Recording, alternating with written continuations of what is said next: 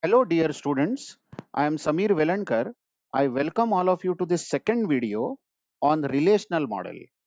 In the previous video, we saw what is relational model basically and how to convert an ER diagram into a relational model. That is how to create relations from one to many relationship in the ER diagram. Now, in this video, I will tell you what if we have many to many relation.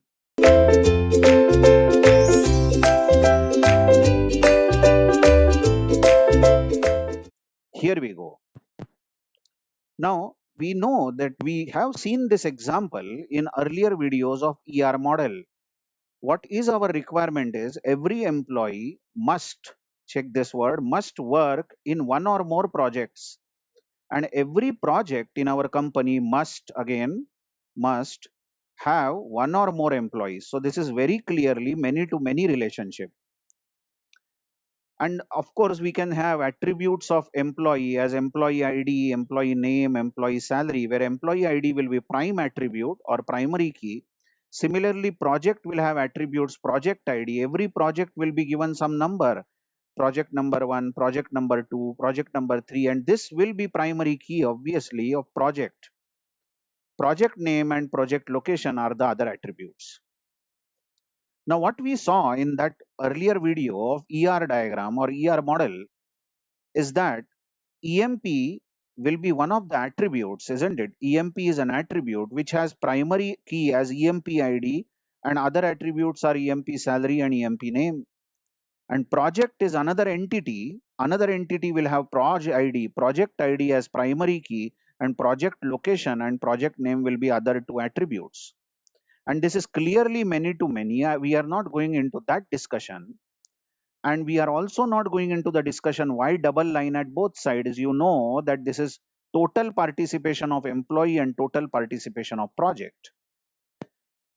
Now the most interesting fact in this particular relationship is that the relationship works on is the relationship itself has an attribute called hours worked.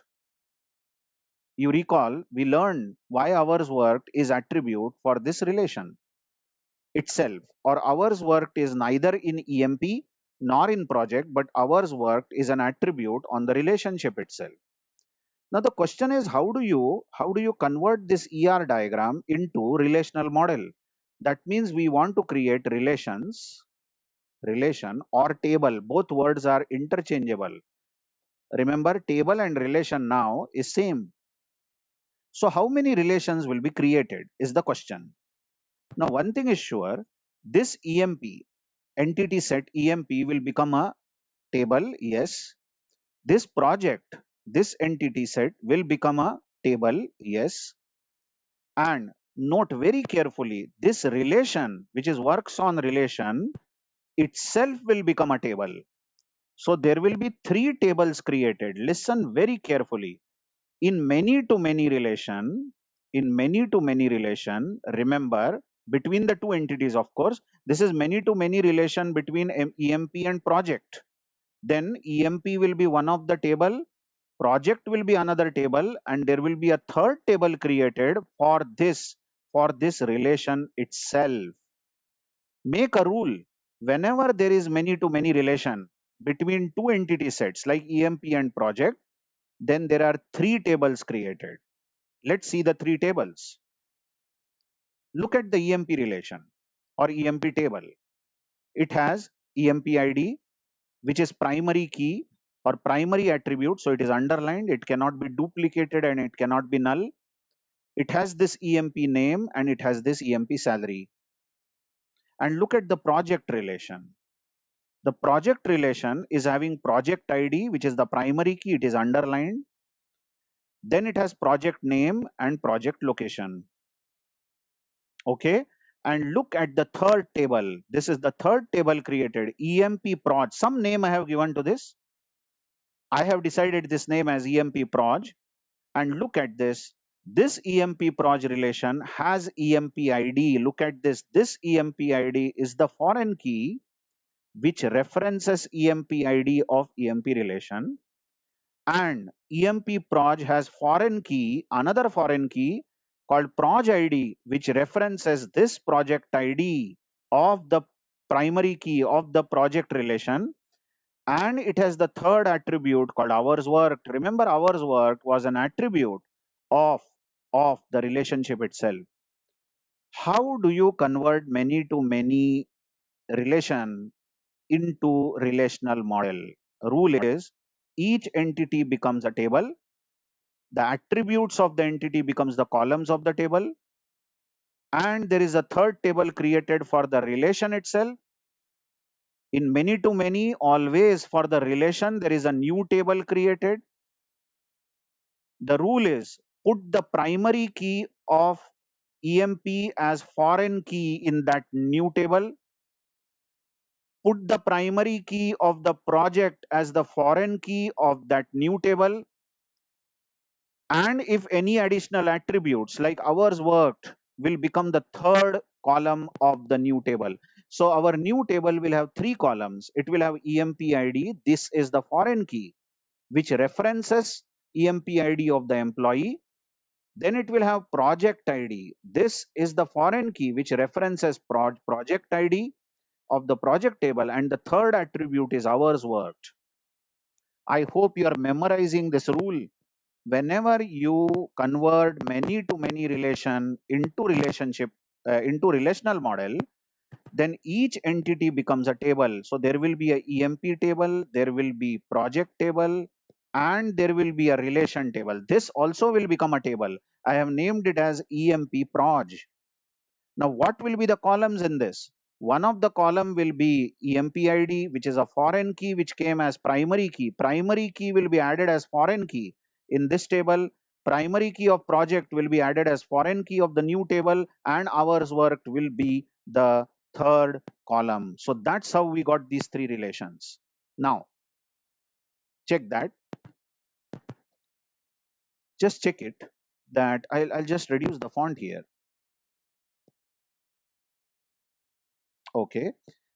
Just check out this, that what is the significance of these two foreign keys? Oh, just a minute. Yeah, that's fine. What is the significance of this foreign key and this foreign key here? Just observe, suppose we have employees 100, 101, 102. Okay. Now this EMP ID is a foreign key which references EMP ID primary key of EMP relation. Correct? So can I say that there is an employee number 104 who works on some project? Senseless this is, because there is no such employee numbered as 104 in our company. So this value over here under EMP ID column of the EMP proj relation can exist only if that value exists in the primary key column. Are you understanding? What else did you know? What about this foreign key? Wait a minute. What about this proj ID? Suppose our company is working on two projects, project number one, project number two, only two projects. Can I say that some employee like 100, okay, 100 is working on the third project? Senseless. How can this value 3 exist in the foreign key column over here if 3 does not exist in the primary key column of the project relation? That's what we say, the foreign key references the primary key. Existence of a value under foreign key is possible only if that value exists in the primary key. Some more things you watch, very interesting, is notice I have underlined EMP ID and proj ID both in EMP proj relation. Now you know that primary key of EMP relation is EMP ID. You know primary key of project relation is proj ID. Then primary key of the EMP proj relation is combination of EMP ID and proj ID. Just check this. Both together should be unique now. That means the value of EMP ID and proj ID taken together should be unique, cannot get duplicated and cannot be null. So combination of the two attributes EMP ID and proj ID is the primary key. I hope you will understand this with an example. Suppose I say employee number 100 works on project number 1. Then will I again store employee number 100 works on project number 1? Senseless. Hello, I have already recorded that information. 100 works on 1. Why should I record it again? 100 works for 1. That means 100 and 1. This combination is unique. It cannot get duplicated. It doesn't make any sense to store the same information again. So we may say employee number 100 has worked on project 1 for 25 hours. Employee number 100 has worked on project number 2. Yeah, that's senseful, because now this combination of EMP-ID, Proj-ID is unique now, isn't it? Has worked for 50 hours, or employee number 100 has worked for, or sorry, 101 has worked for project number 1 for 10 hours, and these are valid employees, 100 and 101.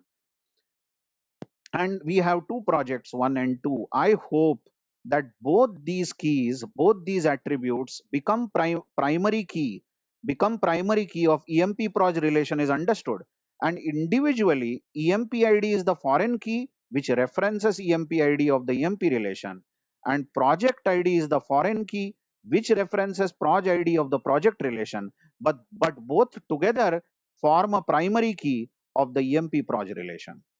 So, tell me the rule again. If there is many to many relation, then how many tables are created? For each entity, there is a table. So first table for EMP, second table for project. And the attributes of the EMP will stay with EMP. Attributes of project will stay with project. But for relation, there will be a third table created. And which attributes will be there in this third table? Yes, primary key of EMP will become foreign key here. So this is one attribute, EMP ID. Primary key of project will become foreign key here. So Proj ID is the second attribute, and hours worked is the third attribute. Also, EMP ID and Proj ID together will become primary key of this new table. I hope you have understood every aspect of converting many to many relationship in relational model. In the next video, we will see how to convert one-to-one relation into relational model. That will be straightforward, very simple. Thank you very much.